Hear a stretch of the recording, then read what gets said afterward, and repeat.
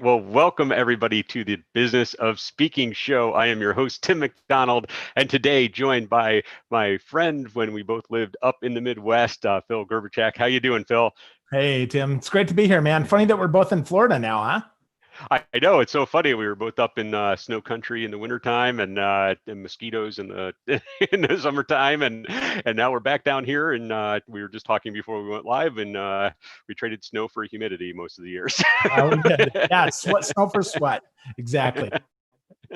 No, for those just joining us, the Business of Speaking show is really not a show where we focus on what speakers talk about on the stage, because there's plenty of that we can access on our own, but it's really about their journey on how they got to the stage, what they've learned since they've been on the stage, and really it's to share that and how it relates to their business.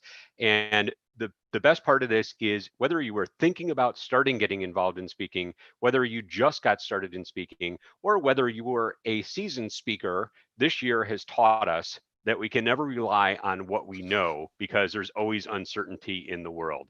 And so anybody can learn from our guests, the insights that they share and their stories. And if you're interested in being a guest, just reach out to me and let me know. We'd love to have you. So with that, Phil, I would love to kind of start with you sharing your story of how you got started speaking.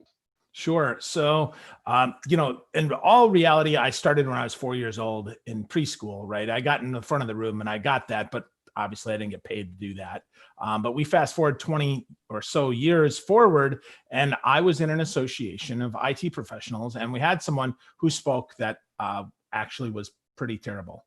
And I was like, okay, what do I do here? I'd hired him. I was the head of programs for our association, for our little local chapter. And then we had our first big vendor fair, and we hired a professional speaker, and he did a great 6 minutes.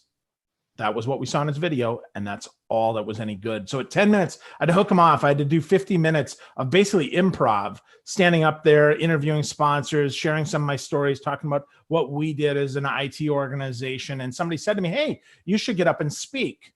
I'm like, that's interesting. Hadn't considered that. So as we did that, I started speaking at more chapter meetings. I became the chapter president. I spoke at the national meeting, and really everything kind of took off from there. Once I spoke at that national conference, a lot of the local chapters had me in. I started getting paid to speak by organizations talking about leadership, sales, and technology. And that's really kind of still what I talk about today. A lot more focused on sales now, but certainly still leadership and tech are still really important to me. Yeah, and it's so interesting to me because I have yet to had a guest on that said, when they grew up, they wanted to become a speaker. So, Yeah, so, right. so I'm kind of curious, during that kind of transition, when you just kind of found yourself putting yourself in that position of being up on stage, to really when you moved into your first opportunity, when somebody reached out to you and said, hey, Phil, we want to pay you to speak. Did you feel any difference? And what kind of feelings were you having when that happened? Well, I had thought initially that I was getting paid to be smart, right? I thought I was getting paid to share what I know, and certainly that's still true, right? I get paid to share what I know, but really it's those stories as a speaker that really resonate. It's the stories and then the lessons from those stories. And I actually, I learned a format that really helps me when I'm telling stories. When I think about stories, it's point, story, action. That really has helped me, right? The point being, what's the little, kind of the tweetable moment out of that story? What's the story? Tell the story, and then what's the action? What did I do, and what do I think the audience can do as a result of that? And how did I feel? Yeah, completely different, man. Because initially, like I said, I thought I was getting paid to be smart, so I'd read all these books, and I'd be like, okay, well, Thomas Alva Edison said, well, John Maxwell said, Tim McDonald said, right? I'd quote various people because I was a smart guy and I was well read. And I mean, if you look behind me, I've still got tons of books and I'm still really well read, but that's not it, right? That's not the point of that. And as I started transitioning first, that made me really kind of sick to my stomach. Like, really? People want to listen to me? It's like, I don't know. And then as we went, I was like, oh yeah, people absolutely want to hear me, because that's the difference. I mean, in sales and tech and in leadership especially, there's not a lot new under the sun as far as the basics, right? Be good to people, put them first, stuff like that. I mean, that's that's fundamental, just being a human being. That's not that hard, but how do we apply that? How does that play? So I started realizing that the application more than the information was really what was important. When you were talking about, and I really loved diving a little bit deeper, if you don't mind, into Sure. this whole feeling that you had about those kind of why somebody wants you, right? Why are they paying me?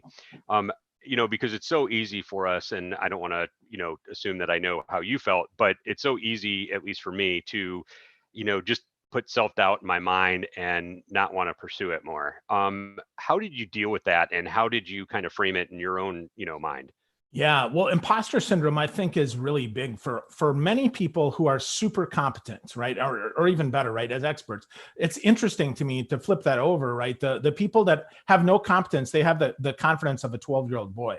Just makes me laugh. And those of us that are competent, we often are self-doubting. And yeah, I absolutely had that, and I still have moments of that. I don't know that that ever completely goes away. I think that makes us better if you're someone who's always wanting to learn and make sure that you're super relevant. It helps me do the research, helps me prepare, helps me practice, helps keep me in the moment so that I'm available to really pour into others. So how did I deal with that? How do I still deal with that? Really, first, I do a daily gratitude. I think about 3 things that I'm grateful for.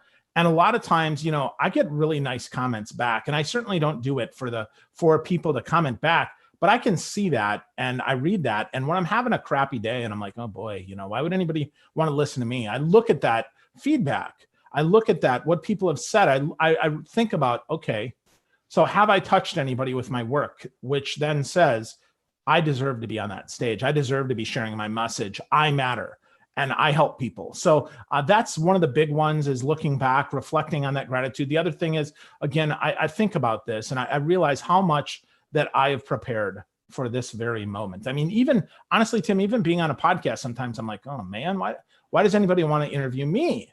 And I love to be on podcasts, but I certainly get that question that niggles in my head, the back of my head. I'm like, so why me, right? Why do people want to listen to me? And then I realize, well, okay, so I've done this. I don't know a lot of people who've done what I've done, who've gone from Navy to teacher to IT guy to sales guy to stockbroker, in the VP of IT, to run my own business, to selling software, to starting companies. I mean, it's really, I think about that, which means I'm the only one that can share. So when I feel that imposter syndrome, I recognize, well, if I don't share, people aren't going to benefit from that. They're not going to learn. And really, I believe that I'm here to connect my story to the world. I'm here to empower others to feel like they can do it. And frankly, with my humble upbringing of a town of 996 people in Crivitz, Wisconsin, to now, I've been blessed to work with some of the most amazing human beings on the planet. Who else but me? Why not me? So I shift that thinking over. Those are a couple things that I do that help me a lot. They helped me then. They help me now, right? I didn't know a lot of people who were an outgoing IT guy at the time. That used to be the joke. I was a walking oxymoron. I was an extroverted IT guy. They're like, what? No, can't be. Yes, I am. And now there's a lot more. So that's not as unique. But at the time, that was really weird. I was really different than everybody else. Yeah, no, thank you so much for sharing that. When you were on your path through all these different things, and I know it doesn't sound like it was a straight line to get where you're at, but as you got into speaking, what have been some of your best resources that really have helped you along the way outside of yourself? So, well, first, because I read a lot and because I podcast like you do, because I have a show, I listen to what other people say. So if I have a question, I'm going to reach out to that author. I'm going to read their book. I'm going to read their blog. I'm going to learn as much about them as I can. And then I'm going to invite them on my show and ask them more questions. That's a great resource. It's always been a great resource for me because I'm super curious. I've been podcasting on and off since 2006. So long time. That's number one. Number two, certainly the National Speakers Association is a big one. I'm local chapter president here in Central Florida. Our first meeting is coming up very soon. I'm super excited about that. So learning from folks, both at the national level as well as at the local level. And then I've paid to be coached. I've been coached by some of the greats. I've paid to be coached by the Heroic Public Speaking Group with Michael and Amy Port. I've paid Doug Stevenson to coach me. I've spent time with Chad Hymas. I've spent time with a number of coaches that have really helped me. Patricia Fripp certainly has helped, Darren LaCroix, folks like that, either directly by hiring them as a coach or indirectly by getting their course or program and completing that. And then, honestly, feedback from others that I respect is really important. So that mastermind component of that, where it's a small group of folks that I really trust. I've got a couple of folks that, that I ask for feedback. And, it's fun that your program is called The Business of Speaking, because I really think the actual speaking for most of us that are professional speakers that have gotten there have overcome the speaking of speaking, meaning getting on stage. It's not as hard, but the business side, you have to then take from elsewhere. So for instance, one of my favorite mentors is a man by the name of Joel Block. Joel's in the National Speaker Association, former hedge fund manager, former CPA. The way he looks at business for my speaking is very different than the way a lot of people do. So I've been fortunate to find folks like Joel. His book, Stop Hustling Gigs, is really fantastic. Really great book. Full disclosure, I did help him get that published. I project managed it, but that's not why it's a good book. It's 101 different insights into speaking. So working, again, that gets back to he's part of my group. So I was able to reach out to him and talk to him. Yeah, no, that's great. And I love how you kind of transition into the business side of speaking, because I think that's the one thing that most of us look at, right? When we're first getting involved in speaking, it's that thrill that, that we can actually get up on stage, share our stories, and somebody's going to pay us for it, right? Yep. So what kind of business lessons have you learned since you first got up on stage and started getting paid? How have you really turned this into something that has become a profession for you? Well, I think the first thing is I think about who is my best audience, meaning who have I worked with before, like types of people, not exact people. Who have I worked with before that could pay me to do what I want to do? So IT still continues to be a group that loves me. I've talked to, SIM, which Society for Information Management. I talked to HDI, IT service and support professionals. I've done extensive work with both of them, as well as companies in that space. That's the first thing, right? I realize, who do I talk to? That audience, that niche, whatever that is. That was a big lesson for me, because frankly, Tim, I'm unfocused. I believe that my message can help anyone. And I think a lot of people when they start out do. And I want to be clear, I still believe that, but I focus that a little bit at a time. So that when I'm talking to IT groups, I have a program for IT groups. When I talk to financial services, because I was a stockbroker, because I was a VP of IT in financial services, I talk directly to them. And it can be as simple as, again, just pulling those stories out that are relevant for that group and using the right terminology. And then the other group, software as a service, right? Software companies, SaaS companies that have a service component often, which is just about all of them. Those are my targets because I've worked with them before, because I have credibility. Because it's not, again, I know, if you think about it, right? Social media, technology, it's really, the fundamentals are not different. But just like I learned long ago, it's the application. It's the story within this story, right? It's how does this relate to IT professionals? How does this relate to financial services? How does this relate to a SaaS company? If you've never worked in one, if you've never worked in sales in a SaaS company, it's very, very different. You have to use different language. You have to understand that just like as they sell, they need name drops and case stories and things like that. Well, so do you if you're training, as you're speaking. So that's probably the biggest lesson that I've learned about the business of speaking. And that being said, right, you have to look like you're someone that deserves to get paid what you're expecting to get paid.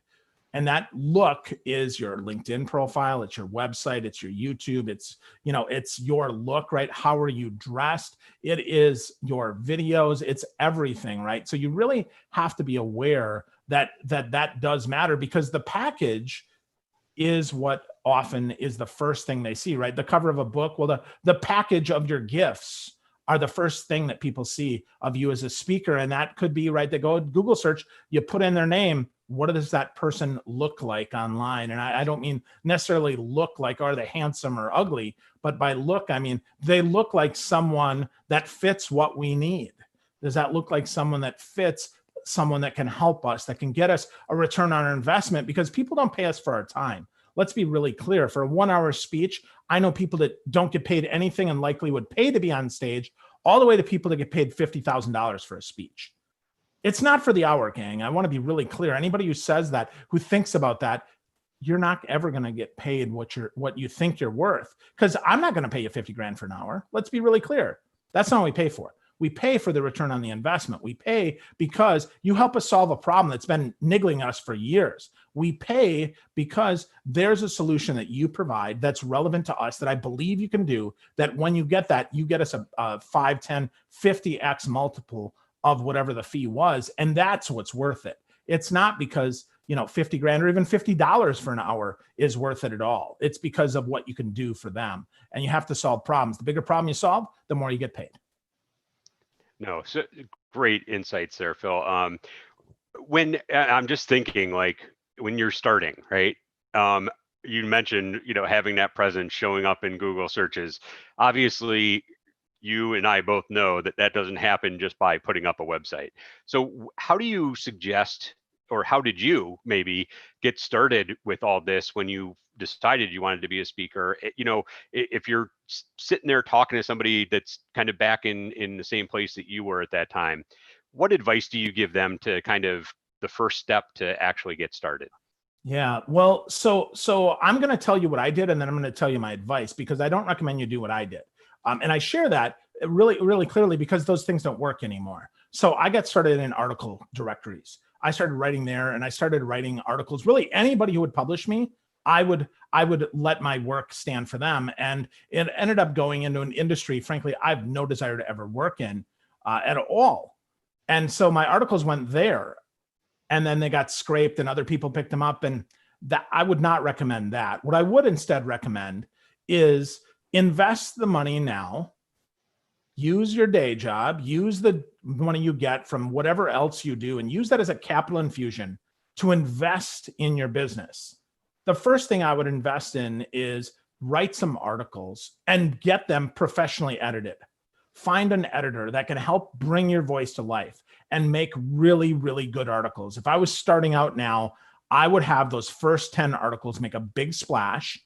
And then from there, I would find people that those articles might be relevant to and ask them, hey, so what do you think about this? Am I all washed up? Does this make any sense to you? Is this at all helpful to you? Does this help anything? Because I've got that experience of before, right? The job that has me credible in this space. So the thought is, yes, I know these articles are relevant, but I want the validation. And then I might ask, well, if it was relevant, hey, do you have anything you want to add? Can I include a quote from you? So that then I can include a little clip in your article, in my article about you, so that I can highlight you. And maybe I ask, hey, Tim, would it be okay if I interviewed you, that we had a conversation about this, that we talked about that? It's success by association. So I would think about those first 10 pieces of content very strongly. What are the most important things right there? Give away my best stuff. Because again, it's the application, not the information, that's important. I would start there. And then every article can be a video, every video can be an audio, every audio can be cut up into clips. And really, those first 10 could be my first 100 pieces of content that I have, but start there. And you don't even anymore, you don't have to have this flashy, dashy website. It's good to have, don't get me wrong, but nobody's searching for your name. Let's be clear. Even Phil Gerbyshak, right? Who I'm one in the world. There are no other Phil Gerbyshaks. Everybody who spells their last name like me, they're family to me, and none of them want to be more at all publicly recognized. Even me, people don't search for me. They search for the problems that they have. They search for solutions, and frankly, the big companies have them. So we have to find a way to backpack on other people's audiences. See if there's any value, see if potentially a Tim McDonald wants to interview me. Hopefully that I can get 2 people from his audience that say, oh, wow, that message really resonated with me. I'd love to connect. I'd love to talk. I'd love to have a conversation about that. So I would start with that content, Tim. That's where I would go if I'm starting out. Share my best stories, share my best applications of the information that I have, share that everywhere. your website, Medium, Facebook, LinkedIn, everywhere I can get those out there. Because if the content doesn't resonate, if nobody ever shares it, well, you could be the best leadership expert on the planet in your bathroom closet. That doesn't help you. Oh, so I know we're getting close to the end of our time, but we're not quite there yet. Yeah. I would really like to know, you know, along your journey as being a speaker, where, you know, are some of the places that you found like you need to raise your rates, you need to shift to a different audience? How have you recognized those, and how have you dealt with those? Well, I think first the audience tells you, the people who hire you tell you, you know, like if you don't get any pushback on your rate, you're probably too low. You know, if you don't get any no's, well, you're probably too low. And by that, you have to understand your ROI though, because here's the thing. I know as a sales trainer that I can bring a sales organization likely $100, $200, $500,000 if they actually do what I offer. Now, I might have a 45-minute version, a 90-minute, a 3-hour, and a full day version, let's just call it, or a week long of 90 minutes, right? And that's great. And if I know I can bring back $100,000, well, then I need to charge enough that they take me seriously. So if I just give that to them, the information might be fantastic, but they're not going to do anything with it. So I have to recognize, okay, if I'm going to say I'm going to get you $100,000, I need to charge probably, you know, 10 or 15 grand in order to make that right. I mean, I've got a group that I spoke to a couple years ago. They wanted me to help increase their team sales. Their individual products were between 80 and 120K. I quoted them $10,000 for that, and the VP of sales went back to the CEO and said, hey, you know, this is the rate. This guy's going to help us. If each of our guys sell one more in the year, we've got 10 sales guy, that's 800 to 1.2 million. I expect he's going to sell even more than that. And the CEO goes back to the VP of sales and say, ask him for a discount. So the VP of sales comes back to me and asks for a discount. I said, okay. I said, here's the question I'd like you to ask your CEO. And if you want me to ask him myself, I'm happy to, but here's what I want you to ask. Do you want me to train your team how to give discounts, or do you want me to train how to get full fee? That's the question I asked. So as I'm thinking about, you know, how do I price myself? It's that ROI. I knew I could get them, you know, about $800,000. I knew I could help them sell at least one more unit every single year. And at 10 grand, I felt that was a fair exchange for that, because frankly, as much as I know that everybody could, I know in my audience, probably 30 to 50% only actually take action. So that's a fair exchange of money. So the audience tells me what it is. I calculate my ROI. And as I'm pivoting, I think about, okay, what audiences are pushing back on my fee? What audiences are pushing back on my fee? So for instance, it's great. Let's say you want to help high schools. I love high schools. I think they're super important, right? I've got a 13-year-old that's going to go into high school next year. That's fantastic, right? Wonderful, wonderful stuff. But here's the thing. Right now, we're virtual. No high school needs more virtual programming. Used to be, you as a speaker, you were a break in the day. They would get all the kids, bring them to the gymnasium, to the auditorium, and you'd be a break in the day. You get them fired up and they go do stuff. Well, now they got Zoom butt.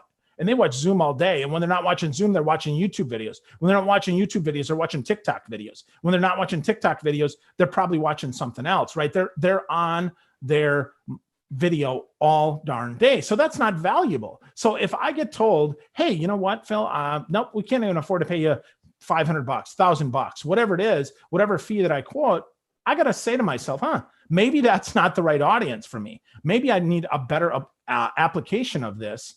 And then the last, the last way that I would do that is I pay attention to who connects with me, who actually connects, who takes the time to actually engage, to reach out and say, yep, your content resonates with me. And obviously those aren't the words they use, but they say, oh, that's interesting. I hadn't considered that. Oh boy, that's a new way of thinking. Oh, wow, that's really helpful. Oh, thanks a lot, right? So again, a lot of that is audience driven, but it's also, pay attention. Success leaves clues, so does failure. Find the good clues, find the successful clues, use those, move forward, pivot, do what you need to do. And otherwise, if it's not working, then be willing to do something else, be willing to pivot. No, I think that's a great way to kind of wrap up and some great advice. Thank you, Phil. Sure. So how can people find you? How can they get in touch with you if your words did resonate with them? Yeah, well, the easiest way, I always recommend LinkedIn. LinkedIn is social networking plus video plus audio plus a lot of things. So if you can spell Gerbyshak, you can find me. It's Gerbyshak. My brother Paul is out there. He's the one with 3 connections. I'm the other guy. So just find me on LinkedIn, and I'm there. My phone number is even there. So if you really have questions, you can always give me a call, send me a text, or if you're shy, just send me a connection request. Tell me you heard me on the Business of Speaking with Tim McDonald, and I'd be happy to say yes to your connection. Well, fantastic. Thank you so much, Phil. And thank you for watching. We are so glad that you joined us. And if it is your first time, what we do now when we end the YouTube broadcast is I actually stay on with Phil because he graciously agreed to have me ask one other question that we'll still record. And the only way you can get this is if you head over to speaking.business, which is our website, sign up for our community and join our email list. You'll get a weekly email with exclusive content that is only available to our email subscribers. So Phil, thank you again for joining us, and thank you for watching. Thank you.